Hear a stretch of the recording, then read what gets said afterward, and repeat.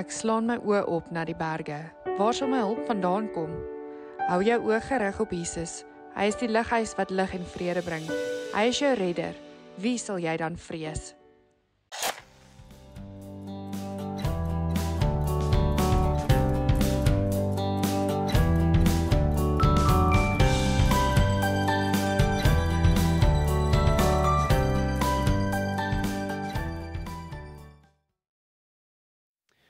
Amen.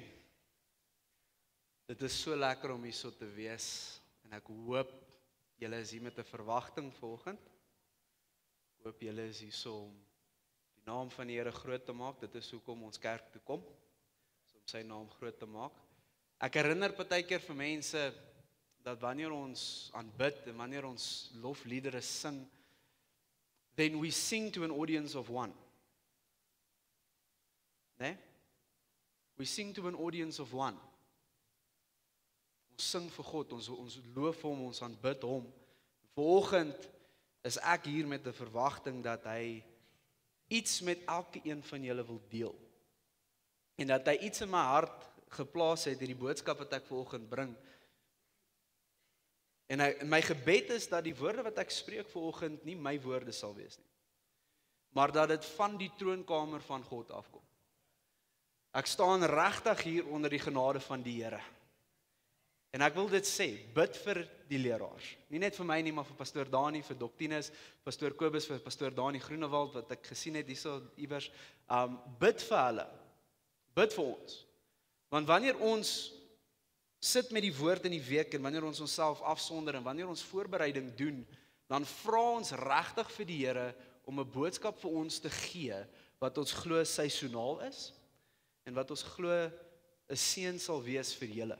Maar ons begeerte is regtig om net die woorde van God oor te dra vir julle. Die werk van 'n prediker is nie om te kom en om 'n toespraak te lewer nie. Die werk van die prediker is om te kom en die woord van God te ontbloot, oop te maak en oop te breek vir julle.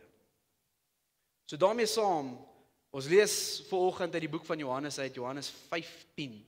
En ons begin by vers 1. En hy sê die volgende, Jesus is aan die woord, hy sê, ek is die ware wingerdstok en my Vader is die boer. Hierdie is een van die 7 ek is stellings wat Jesus in die boek van Johannes gemaak het. Ons kan kyk hoe elkeen van hierdie stelling 'n aspek van Jesus se goddelikheid en sy verhouding met die mense, sy mense openbaar. Kom ons kyk gou na die volgende ek is stellings. Hier is die ek is stellings van Jesus. In Johannes 6 vers 35 dan sê Jesus ek is die brood van die lewe. Johannes 8 vers 12 sê hy ek is die lig van die wêreld. Johannes 10 vers 9 sê hy ek is die deur vir my skape. Johannes 10 vers 11 sê ek is die goeie herder. Johannes 11 vers 25 sê ek is die opstanding en die lewe.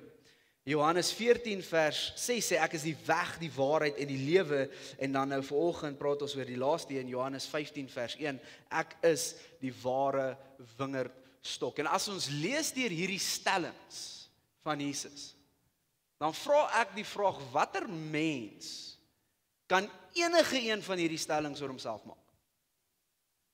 Watter een van ons kan met eerlikheid opstaan en sê, ek is die brood van die lewe? Ek is die lig van die wêreld. Ja, Jesus noem ons die lig, die kerk, né? Waardeur sy lig skyn, maar moenie die fout maak nie, dis nie ons lig wat skyn nie, dis sy lig wat skyn. Dis juis hoekom hy ons die lig van die wêreld noem. Maar watter mens kan uit homself uit opstaan en sê, ek is die deur vir die skape? In die evangelie van Johannes, dan lees ons van die begin af, Johannes wil die goddelikheid van Jesus beklemtoon. Selfs van die begin af, die heel eerste vers van Johannes 1 vers 1, wat sê, in die begin was die woord, en die woord was by God, en die woord was God, en die woord het vlees geword, vers 14, en het onder ons kom woon. Van die begin af sien ons die goddelikheid van Jesus in die boek van Johannes. En hierdie ek is stellings verbind Jesus direk met die openbaring wat God aan Moses gegee het in Exodus, waar God vir Exodus gesê het, ek is wie ek is. En Johannes wil dit duidelik maak. Jesus is die ek is van die Ou Testament. Wanneer Jesus sê ek is die ware wingerdstok, dan is dit 'n alomvattende stelling wat hy homself maak, wat amper 'n opsomming is, want dit is die laaste ek is stelling wat hy gemaak het. En al die ek is stellings wat hy voor dit gemaak het, word opgesom in hierdie ek is die ware wingerdstok. Nou dit is interessant, wanneer ons gaan kyk na die Ou Testament, dan sien ons dat Israel word beskryf as die wingerd van God. Né? Ons gaan lees in Jesaja 5 vers 1 en 7. Hy sê daar so, ek wil sing oor hom wat ek lief het. Ek wil my liefdeslied sing oor sy wingerd. Hy wat ek lief het, besit 'n wingerd op 'n vrugbare heuwel. En dan vers 7 sê, die wingerd van die Here, die Almagtige, die wingerd wat hy geplant het, en waarin hy hom wou verlustig, is die Israeliete, die volk van Juda. So kom ons kyk gou na hierdie twee verse. God plant sy wingerd op 'n vrugbare heuwel. Né? Met ander woorde, daar is verwagting van goeie vrugte. Vers 7 sê, hy wou hom verlustig in die vrugte wat Israel moes produseer. In Genesis 15 dan lees ons van die beloftes wat God aan Abraham doen, en onder andere sê God vir Abraham, ek beloof jou nageslag sal baie wees, en hulle sal 'n seën wees vir die wêreld. Dis een van die vrugte wat daar 'n verwagting is van God se kant af, vir sy mense. Dat hulle 'n seën vir die nasies sou wees. Dat hulle sy beeld en karakter sou dra. Maar kyk wat gebeur in vers 4. Nou is dit God wat praat. Wat kan ek nog vir my wingerd doen, wat ek nie reeds gedoen het nie? Wat dan is die rede dat dit suurdruiwe voortbring? Terwyl ek verwag het dat dit goeie druiwe sou dra. God kom en hy sê, wat meer kan ek doen? Ek het Israel geseën, ek het hulle uit Egipte uitgelei, ek het hulle die beloofde land gegee, die land van melk en honing, ek het hulle geseën in die land waarin hulle is. Wat meer kan ek doen om vir hulle te wys dat ek hulle God is en dat hulle my moet dien? Wat meer kan ek doen? Wat is die rede dat hulle suurdruiwe gebring het? Die verwagting van God vir Israel was goeie vrugte, maar Israel het suurdruiwe voortgebring. Nou kom Jesus in Johannes 1, in Johannes 15 vers 1, en hy sê, ek is die ware wingerdstok. Nou ek het gaan kyk in die oorspronklike Grieks, die woord ware is daar. Nee? Dit is in die oorspronklike manuskrip, waar Jesus gesê het, ek is die ware wingerdstok. Met ander woorde, ek is die egte wingerdstok. Ek is die, as ek die Engels kan gebruik, die actual wingerdstok. Waar Israel misluk het, het ek nie misluk nie.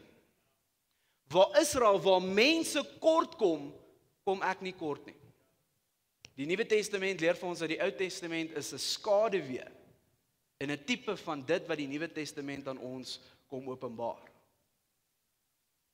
In die vorm van Jesus, in die mens van Jesus. En Jesus sê, ek is die ware wingerdstok. Israel was veronderstel, maar hy het nie. Maar dis oké, want Jesus het. Ek wil volgende kom sê, daar kan dalk mense in jou lewe wees wat misluk het. Mense is wat vir jou lief is en wat jy lief het, wat veronderstel was om daar te wees. Wat veronderstel was om jou lief te hê. Wat veronderstel was om jou te beskerm in 'n vulnerable situasie, maar wat misluk het. Ek wil volgende vir jou kom sê, Jesus is die ware wingerdstok. Hy sal jou nooit misluk nie. Waar mense fail, where people fail, Jesus succeeds. Dit is die boodskap van die evangelie. Want jy sien, net soos wat ander mense jou teleurstel, en as jy dit nog nie beleef het, wil ek vir jou kom sê, mense gaan jou teleurstel. Net soos wat mense jou teleurstel, het jy ander mense ook teleurgestel. Net soos wat mense misluk het ek ook misluk. En het ek ook kort gekom. Is dit nie wat die woord leer nie? Almal het gesondig en kort gekom van die standaard wat God vir ons gestel het. Ons het kort gekom, ons het misluk. Hy het verwag dat daar goeie drywe sou wees. Dis die storie van die evangelie, dis die storie van die mensdom. Adam en Eva was in die tuin van Eden gesit. Hoekom? Sodat hulle in 'n verhouding met God kan leef. Daar was 'n verwagting gewees van goeie vrugte. But they failed. Hulle het misluk. Is jy nie bly vanoggend dat Jesus is die ware wingerdstok? Is jy nie bly, ek is so bly dat ek nie die ware wingerdstok in my huwelik is nie. Want uit my eie uit, is dit net suurdrywe wat kom, vrotdrywe wat kom. Dis die beste wat ek kan gee, uit my eie krag uit. Dis die beste wat ek kan gee, is suurdrywe. Dis die beste wat ons kan doen. Maar Jesus is die ware wingerdstok, en dan gaan hy aan.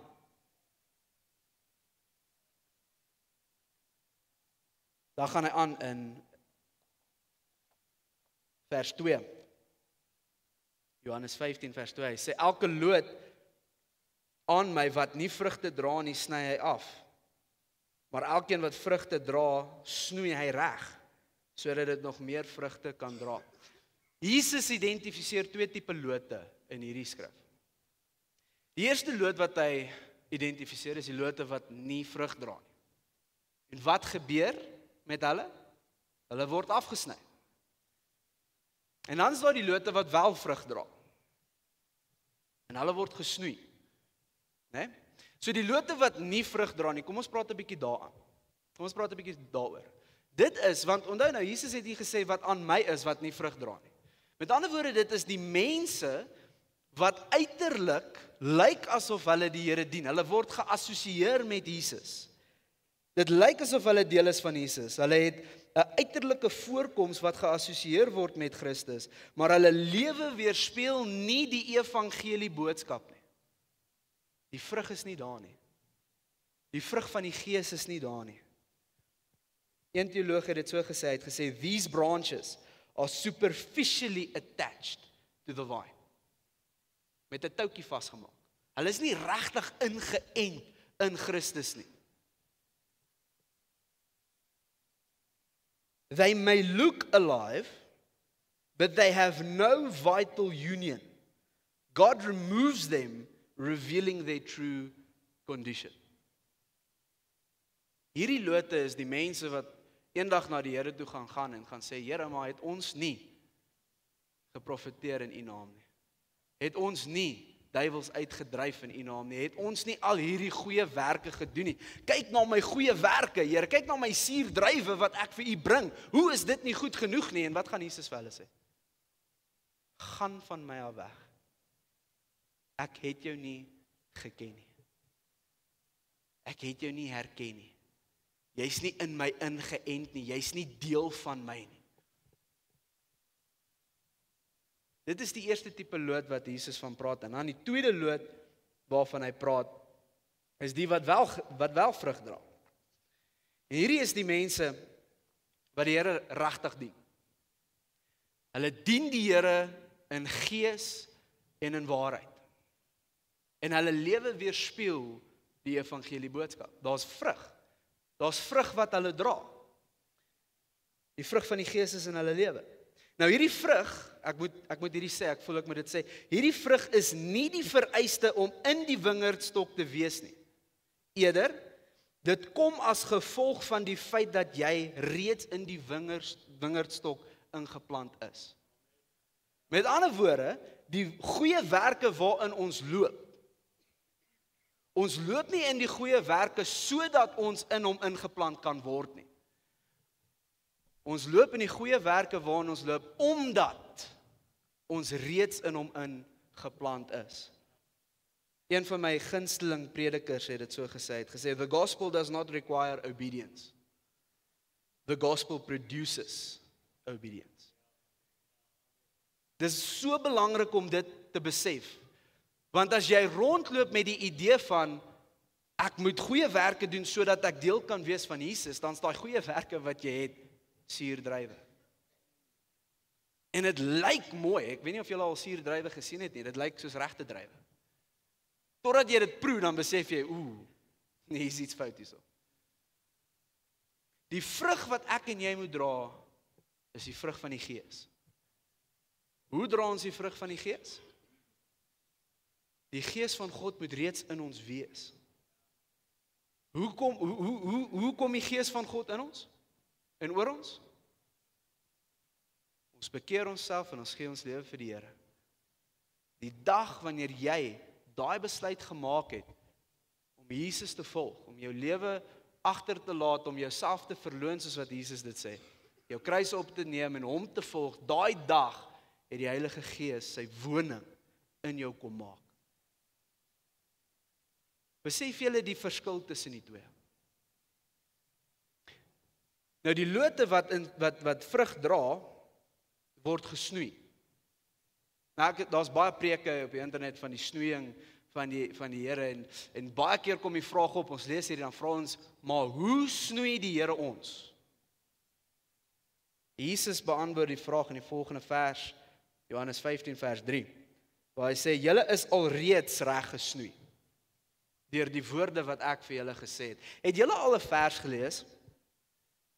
En dan het julle 'n vraag? En dan wonder julle, maar wat beteken dit wat ek lees?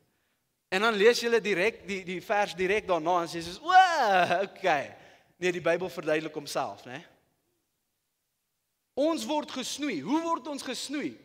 Deur die woord. Deur die woorde wat ek vir julle gesê het. Met ander woorde, die leerstellings wat Jesus gemaak het vir sy disippels. Die leerstellings wat sy disippels en wat sy apostels later neergepen het in die briewe wat hulle vir die gemeentes geskryf het. Die woord van God, dit is hoe God ons snoei. Nee? Dit is hoe God ons as lote, wat vrug dra, kom snoei. Hoekom? Sodat ons meer vrug kan dra. Hoe gebeur dit? Het jy al in jou lewe die Bybel gelees en lees jy 'n versie? Dan is dit so mooi, so opbouend, dit bemoedig jou siel. En dan lees jy 'n bietjie verder en dan lees jy nog 'n versie en dan hierdie vers spreek iets direk aan wat in jou lewe aangaan. En dan sit jy daar soos, eina. Ouch. Wie het al daai ouch oomblik gehad wat wanneer hy skrif lees? Ouens, om gesnoei te word is nie altyd lekker nie. Om gesnoei te word is seer. Dis ouch. Dis eina. Dis deur die woord van God. Dis wanneer ons die woord lees, nie net om inligting te kry nie, want ons lees nie die woord om inligting te kry. Dis nie hoekom ons die woord lees nie, ons lees die woord om verander te word. Nee? Die inligting is goeie inligting, maar as die inligting wat jy ontvang, jy dit nie toepas in jou lewe en jou lewe verander nie, dan is dit net inligting. Dan is daar nie verandering nie. Daar is nie transformasie nie. Transformasie moet gebeur en dit gebeur deur die woord van God, en wanneer ek en jy die woord van God vat en dit begin toepas in ons lewens, dan snoei God jou, sodat jy meer vrug kan dra. Hebreërs 4 vers 12 sê die woord van God is lewend en kragtig. Dit is skerper as enige swaard met 2 snykante. Met ander woorde, hy kan jou snoei. OK? En dit dring selfs deur tot die skeiding van siel en gees en van gewrigte en murg. Dit beoordeel die bedoelings en gedagtes van die hart. Dit kom challenge die convictions wat uit lyn is met God se woord. Dit kom challenge die idee wat ek en jy het, die idees wat ek en jy het, die gedagtes van die hart wat ek en jy het, wat uit lyn is met God se wil. En dis die Heilige Gees wat dit kom openbaar aan ons. Die woord sê die Heilige Gees kom, en die Heilige Gees, een van die Heilige Gees se rolle is om ons bewus te maak van sonde en regverdigheid. Daai idees, daai goed in ons lewe wat ons nie altyd raak sien nie. Nou hoe doen hy dit? Deur sy woord. Hy kom doen dit deur sy woord. Sy woord is sy openbaring aan ons van hom, van sy wil vir ons lewens. So ek en jy moet deur die woord verander word, en wanneer ons deur die woord verander word, dan word ons gesnoei. Die woord is God se snoei instrument. Net so by the way, weet julle wat gebeur met lote wat nie gesnoei word nie?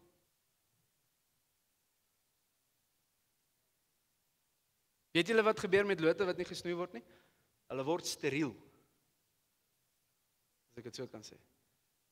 Ek het dit gelees in een van die artikels wat ek gelees het in voorbereiding, waar hy sê, what happens to a branch? En dis nie eers dis 'n sekulêre artikel wat ek gelees het. Dis nie 'n Christelike artikel nie, maar dit gaan oor tuin maak. Maar wat hy sê is as jy nie 'n wingerdstok, en elke boer sal vir jou sê, as jy dit nie snoei nie, dan groei hy wild.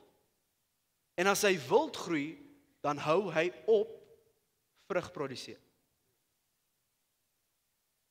As ek en jy nie gesnoei word nie, dis seer, ek weet, dis nie lekker nie, I get it. Maar as ek en jy nie gesnoei word nie, gaan ons op 'n punt in ons lewe kom, waar ons indifferent gaan voel oor die sondes in ons lewens. En weet julle wat is die gevaarlikste plek om te wees as 'n Christen? Daai plek waar jy indifferent voel. Daai plek waar jy sê, ag, dis okay, almal doen dit, die Here sal my vergewe, ek beweeg aan. Nee, die woord van God kom en hy openbaar aan jou en my. Die Heilige Gees kom openbaar aan jou en my deur die woord. Daai plekke in ons lewens waar ons gesnoei moet word. Daai plekke in ons lewens waar ons nog moet sterf vir Christus. Daai plekke in ons lewens waar ons nog moet verander. Die woord van God kom en hy verander ons. En is dit nie die gebed van 'n gelowige nie? Moet dit nie die gebed van 'n gelowige wees om te sê, Here, kom snoei my? Die gebed van Dawid, Here, kom deursoek my hart. Kom deursoek my hart. Kom snoei my, kom verander my. Ek wil nie soos JP lyk nie. Ek wil soos Jesus lyk. Dis hoe ek wil lyk. En die Here kom doen dit deur die snoeiing wat hy kom doen deur die woord.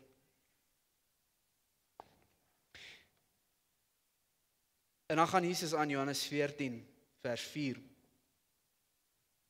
Johannes 15 vers 4. Ek gaan vers 4 en 5 saam lees. Hy sê, julle moet in my bly en ek in julle. 'n Loot kan nie, hoor die woorde wat Jesus spreek. 'n Loot kan nie uit sy eie vrugte dra as hy nie aan die wingerdstok bly nie.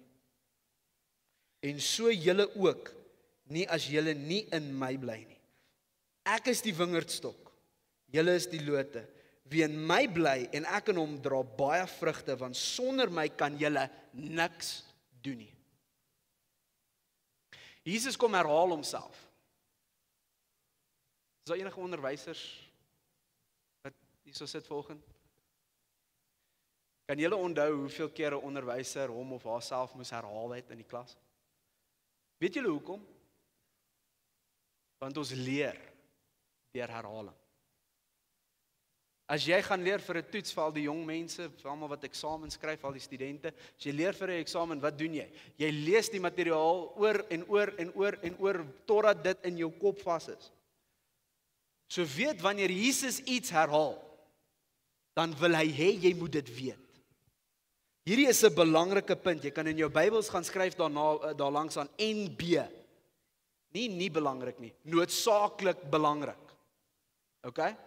As Jesus 'n ding herhaal, dan moet jy weet, dit is ietsie wat ek en jy moet weet. Hy herhaal weer, ek is die wingerdstok, julle die lote. Wie in my bly en ek in hom dra baie vrugte. Want sonder my kan julle niks doen nie. Julle al 'n tak langs die pad gesien? Julle al gesien die mooi appels wat daai tak groei? Die mooi blare wat daai tak groei? Nee.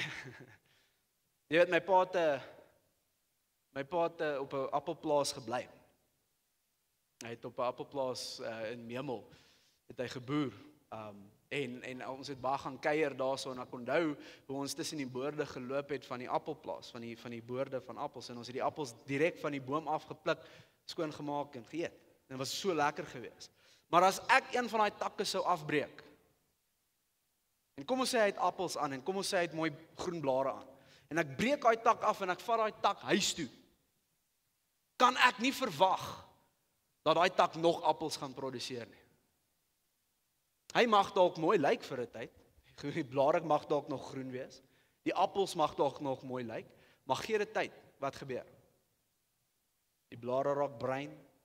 As ek nie die appels geëet het nie, dan vrot die appels. Hoekom? Want daar's nie 'n bron van lewe nie. Daar's nie 'n bron van lewe nie. Die tak is afhanklik van die boom, van die stam, van die wortels wat in die grond is. Net so ek en jy wat lote is, wat in Christus is afhanklik van Christus as ons bron van lewe. Ons moet dit verstaan. En hier is die ding, ek weet, ons hou nie van die woord afhanklikheid nie. Ons wil nie afhanklik wees van enige iets nie. We want to be self-dependent. Ek onthou toe ek net begin het in die bediening. Ek het nie 'n kar gehad nie, ek was 19 jaar oud gewees, ek het niks vervoer gehad nie, my pa het gewerk, so hy het my partykeer gevat, maar die jeugleier onder wie ek gedien het, ek het gedien as 'n volunteer. Sy naam was CG gewees, en wat ek sou doen is, ek sou elke Vrydag aand, so ek na hom toe gegaan het, CG, en hy was slim gewees, hy het geweet wat kom, vir my gesê, soek jy lift? Ja, ek soek 'n lift asseblief, anders moet ek loop, nee ek soek 'n lift asseblief. Ek was afhanklik vir CG as 'n lift, en ek het dit gehaat, ek wou dit nie doen nie, dit was nie vir my lekker gewees nie, totdat ek my motorfiets gekry het. Toe wag ek vir hom om my te vra, soek jy 'n lift? Net om vir hom te sê, nee, ek het 'n motorfiets gekry. Ons hou nie van afhanklikheid nie. Ons hou nie daarvan om afhanklik te wees nie. Ons wil dit self doen. We want to do it ourselves. Maar ouens, ons kan net suurdruiwe produseer op onsself. Dis die beste wat ons kan doen.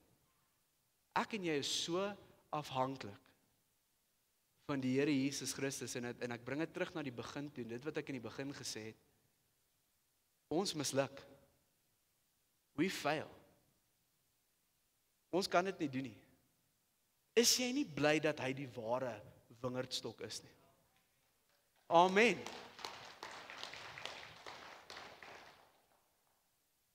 Ek hou van Charles Spurgeon, so ek het 2 quotes vir hom. Al die ander het ek 1 quote van Charles Spurgeon, het ek 2. Hy sê, the branch has no life, no purpose, and no fruit apart from the vine. So the believer has nothing apart from Christ. Ons moet hierdie idee los van, ten minste het ek my werk, ten minste het ek my kar, ten minste julle het niks, ons het niks apart van Christus nie. Hy is die bron van alles.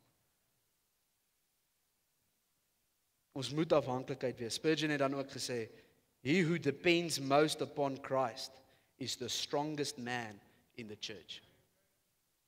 Ek wil die sterkste wees. Pastor Dani het gesê, nie alles is 'n kompetisie nie. Pastor, ek wil die sterkste wees.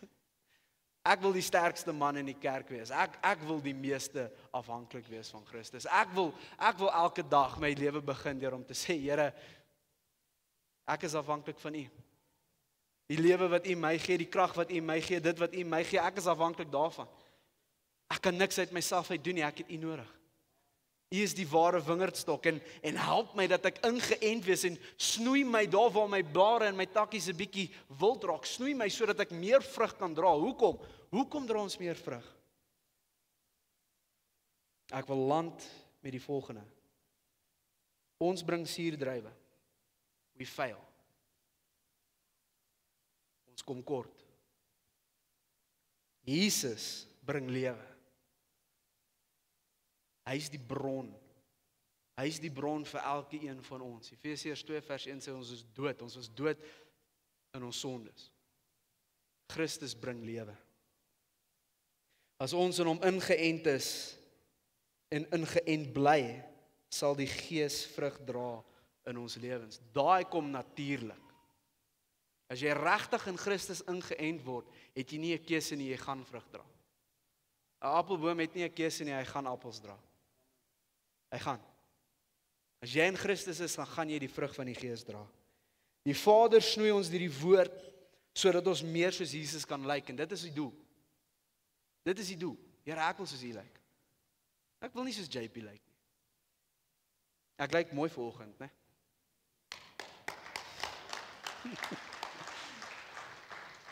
Maar ek wil soos Jesus lyk, want Jesus lyk beter.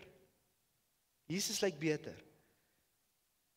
En die vrug wat ons dra, verheerlik God. Luister wat sê hy, Johannes 15 vers 8.